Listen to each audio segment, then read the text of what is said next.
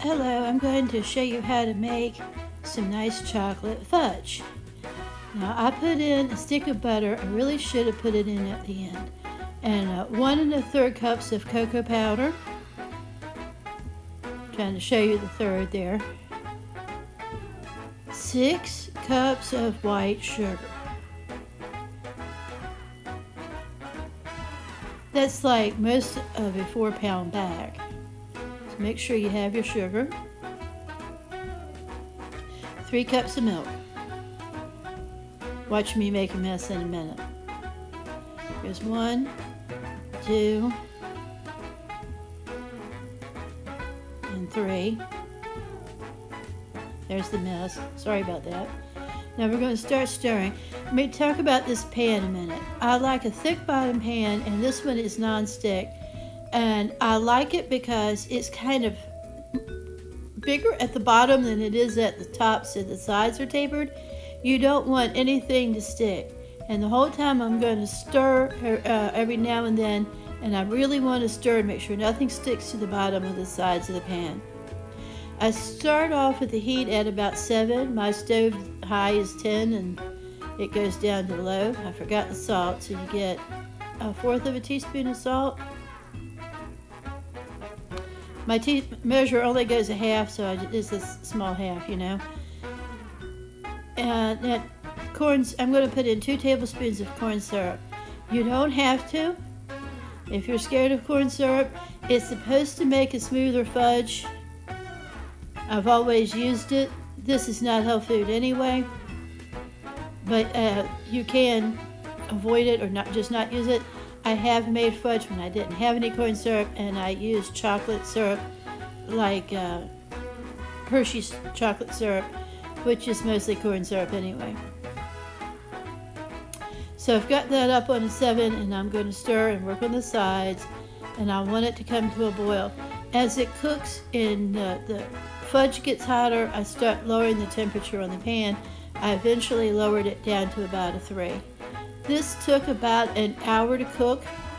There's a nice boil. Now when it boils, put the lid on the pan, let it sit there for a couple of minutes, and take it back off. You want to wash down any sugar crystals off the side of that pan. That's especially important if you don't have a non-stick pan.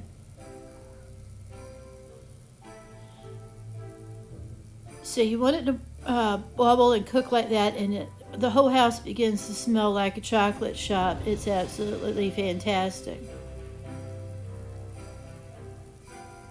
This makes a lot of fudge. This makes a 9x13 pan.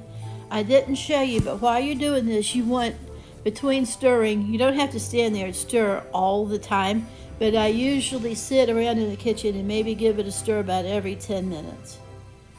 While it's stirring or cooking, you want to get yourself a 9x13 pan and butter it. Now it's almost done.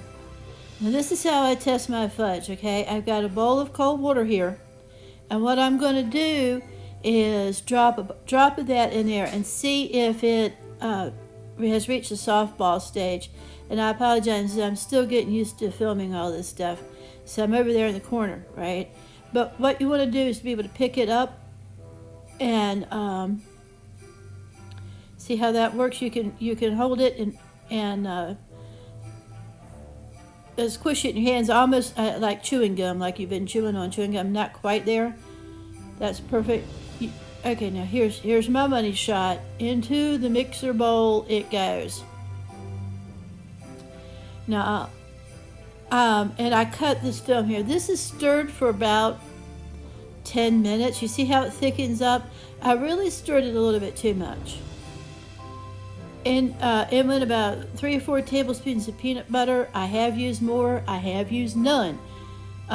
If you're allergic to peanuts, don't use it. If you have almond butter, rock on. And a bag of chocolate chips. I think that's 12 ounces. You don't have to use those either, but I like them. You see how it makes that fudge, you see how that is? You know that's going to set up.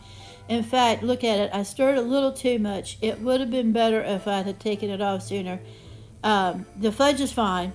The fudge is a beautiful thing, but it's not as pretty in the pan as it could have been for slices. And I used about 1.5 cups of nuts. You could use no nuts. You could use a different kind. I'm in the South where we have pecans, but you can use. I have used peppermints. I was thinking the other day that some chopped up Snickers would be good. Chopped up Reese's would be good. Marshmallows are good.